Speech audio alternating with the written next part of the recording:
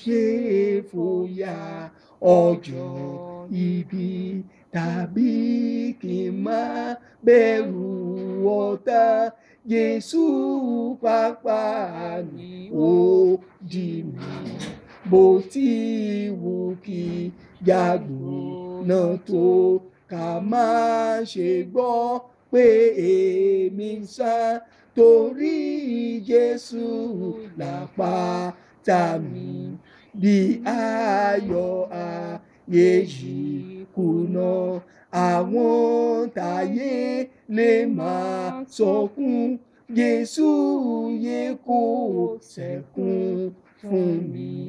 Bí ìní mi gbogbo ṣe gbé, ebi kì yóò pa ọkàn mi, torí Jésù ni oúnjẹ mi.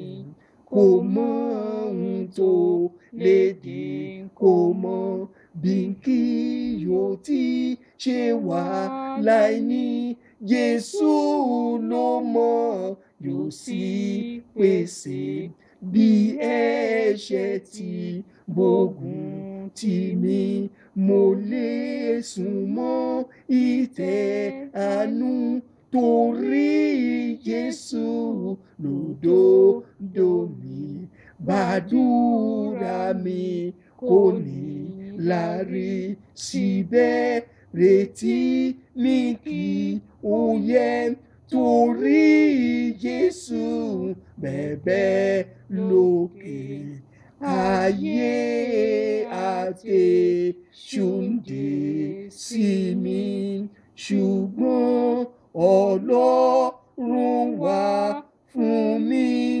Jésù ló ń gbogbo fún mi.